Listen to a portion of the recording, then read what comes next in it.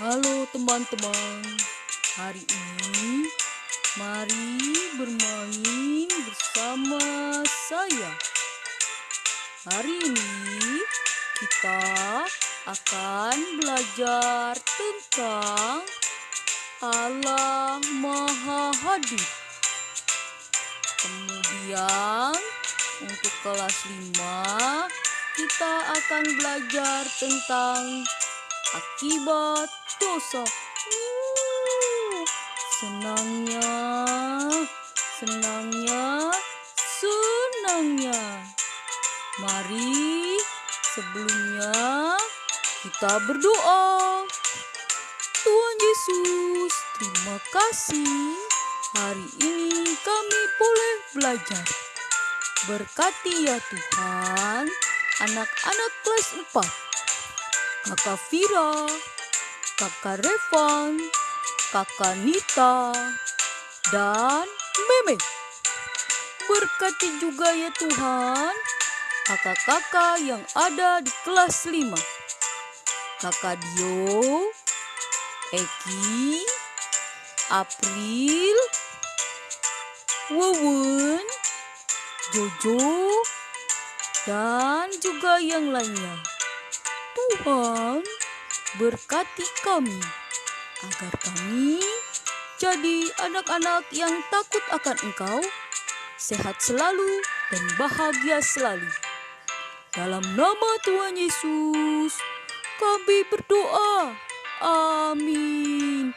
Mukmubu, mukmubu, bye-bye.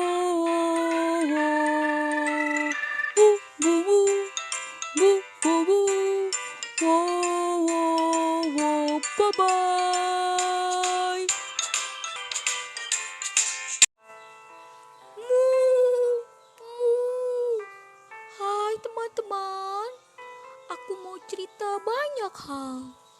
Pertama, aku mau cerita tentang Adam dan Hawa. Dulu, waktu aku ada di Taman Eden, aku lihat Adam dan Hawa diciptakan Tuhan dengan begitu sempurna. Senang, senang, senang. Di Taman Eden, kami hidup saling berdampingan,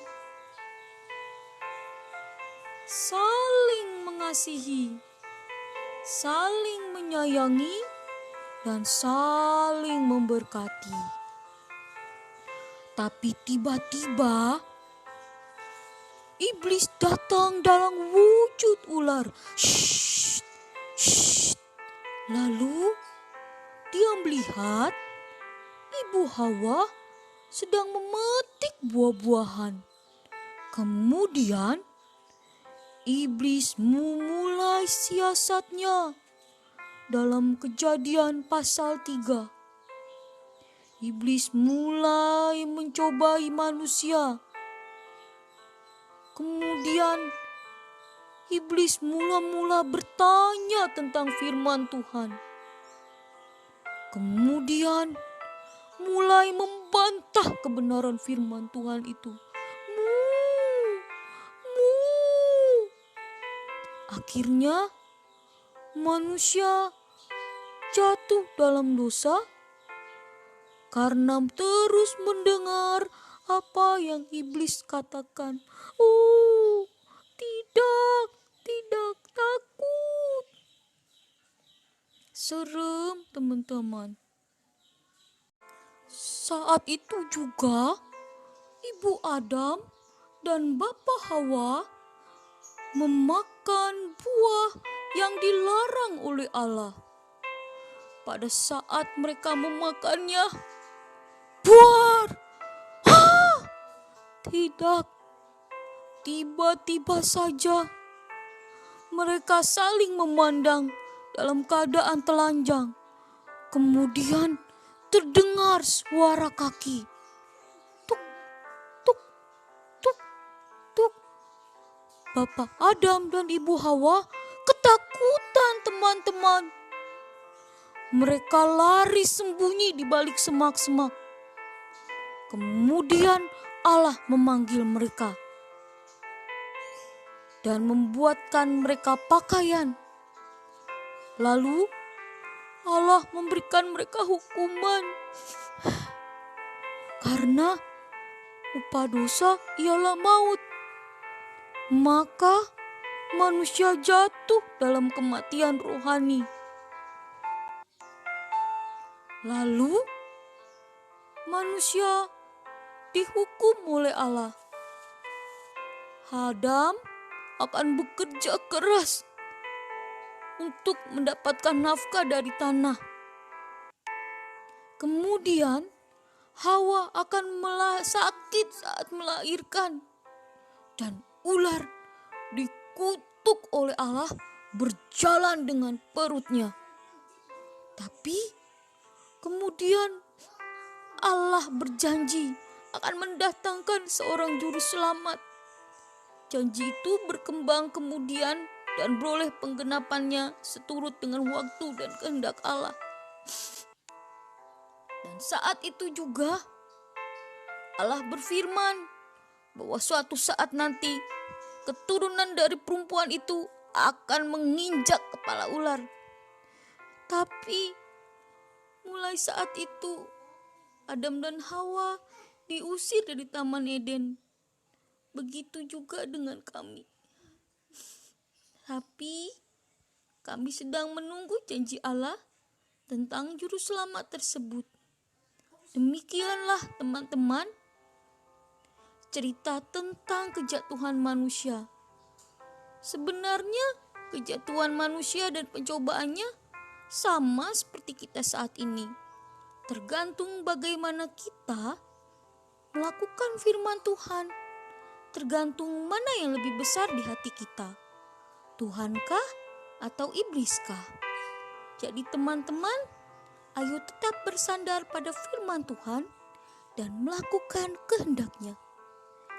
Agar ketika Allah datang, maka kita tetap disebut sebagai anak-anak Allah. Salam sehat, salam semangat, tetap takut akan Tuhan. Tuhan Yesus memberkati. Amin.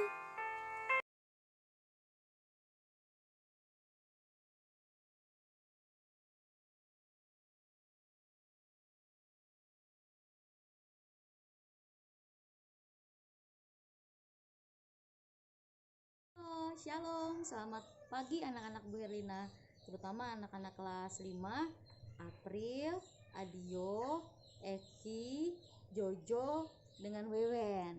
Shalom, selamat pagi. Hari ini kita akan belajar agama Kristen tentang mengapa manusia berdosa dengan kompetensi dasar, meyakini bahwa manusia berdosa sehingga perlu bertobat, menunjukkan sikap sebagai orang yang sudah bertobat, memahami bahwa semua manusia berdosa sehingga perlu bertobat, kemudian menyajikan contoh hidup manusia yang sudah bertobat dengan indikator, menjelaskan mengapa manusia berdosa, menyebutkan alasan manusia jatuh dalam dosa, mendaftarkan tindakan yang perlu dilakukan agar tidak jatuh dalam dosa, kemudian menyatakan tekad untuk tidak melakukan dosa dengan menyanyikan lagu rohani, dan menuliskan pesan dari lagu tersebut.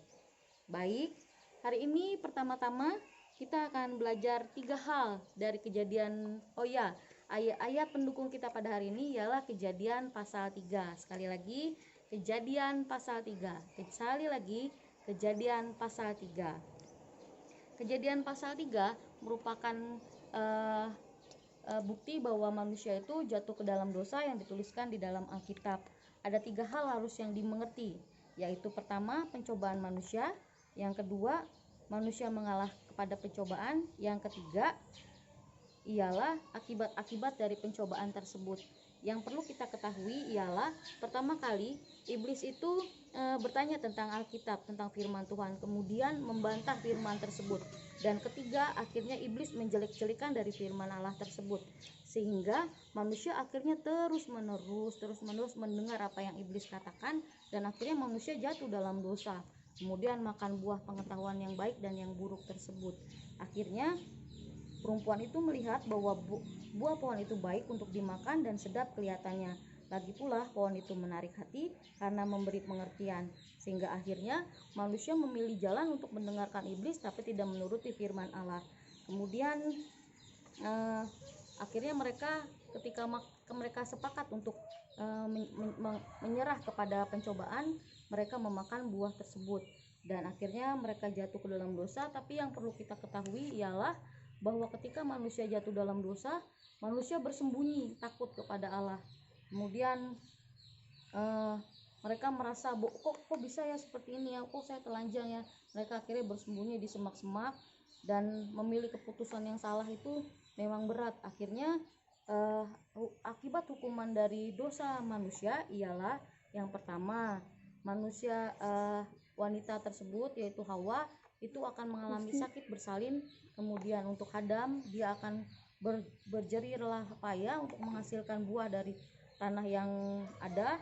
Kemudian untuk ular, dia akan jatuh, dia akan berjalan merayap dengan perutnya. Begitu. Meskipun demikian, di antara segala hukuman itu, Allah membuat pakaian bagi Adam dan Hawa dan memberi janji agung kepada mereka mengenai kedatangan juru selamat.